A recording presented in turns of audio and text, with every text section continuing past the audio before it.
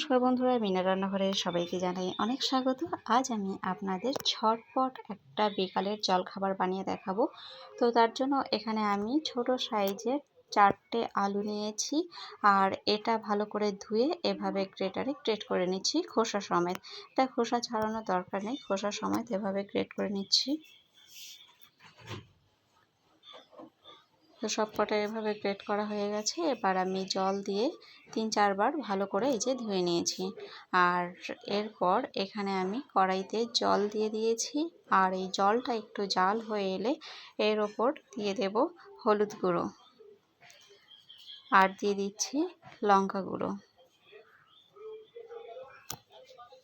ঝালটা আপনারা আপনাদের পছন্দ অনুযায়ী দেবেন। এখানে আপনারা চিলি ফ্লেক্সও দিতে পারেন, তো আমি চিলি ফ্লেক্স দিচ্ছি না, আমি লঙ্কার গুঁড়ো দিচ্ছি। আর দিয়ে দিচ্ছি নুন। নুনটা আপনারা আলু যতটা নিচ্ছেন সেই বুঝে নুনটা দেবেন। আর এরপর ধুয়ে রাখা আলু যে গ্রেট করে রেখেছিলাম সেটা এর ভেতরে দিয়ে দিচ্ছি। এবার এই সব কিছু একসাথে ভালো করে মিশিয়ে এবার একটা ঢাকা দিয়ে আমি এটা কিছুক্ষণ জাল করে নেব। তো খুন্তি দিয়ে একটু নাড়াচাড়া করে নিলাম, নিয়ে এবার একটা ঢাকনা দিয়ে আমি 2 মিনিট মতো এটা সেদ্ধ করে নেব।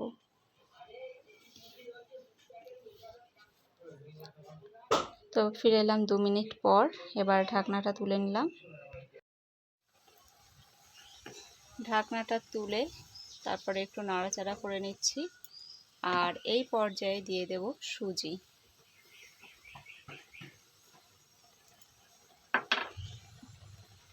সুজিটা দিয়ে ভালো করে একটু নাড়াচাড়া করতে থাকবো, কারণ না হলে দলা পাকিয়ে যেতে পারে। তাই সুজিটা দিয়ে ভালো করে এটা এভাবে অনবরত নাড়তে থাকবো। আর সুজিটা দেওয়ার পরে জলটা যে এক্সট্রা যে জল আছে সেটা অনেকটাই শুকিয়ে যাবে, গাঢ় হয়ে যাবে। আর এই পর্যায়ে আমি দিয়ে দেব কটা কাঁচা লঙ্কা কুচি। লঙ্কাটা আপনারা আপনাদের স্বাদ অনুযায়ী দেবেন। তো সুজিটা দিয়ে কিছুক্ষণ জাল করার পর নাড়াচাড়া করার পরে লঙ্কাটা দিয়ে দিয়েছি, আর এরপর এটা আমি নামিয়ে নেব। এখানে একটা পাত্র নিয়ে নিয়েছি, এবার এটাতে নামিয়ে নিচ্ছি।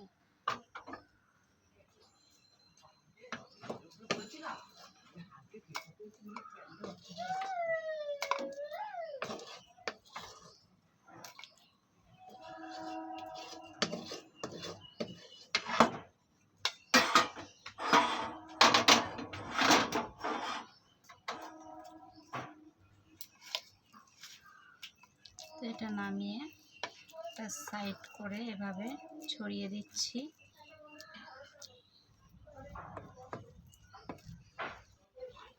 তো এভাবে আমি চেপে চেপে ভালো করে একটা লেয়ার মতো দিয়ে দিচ্ছি। আর এটা কেন করছি সেটা আপনারা পরের স্টেপে দেখলেই বুঝতে পারবেন।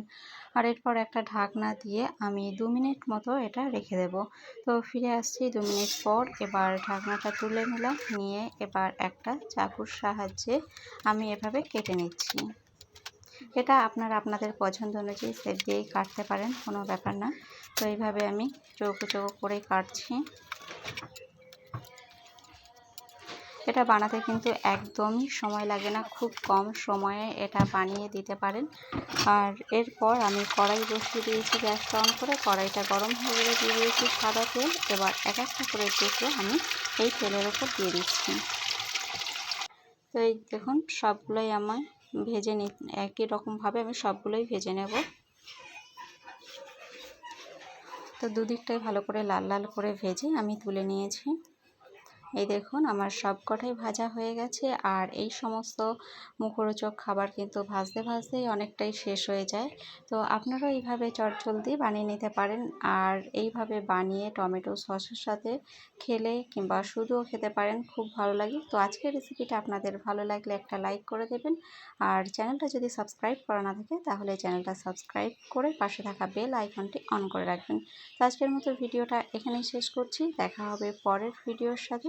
ততক্ষণ সবাই ভালো থাকবেন, সুস্থ থাকবেন। নমস্কার।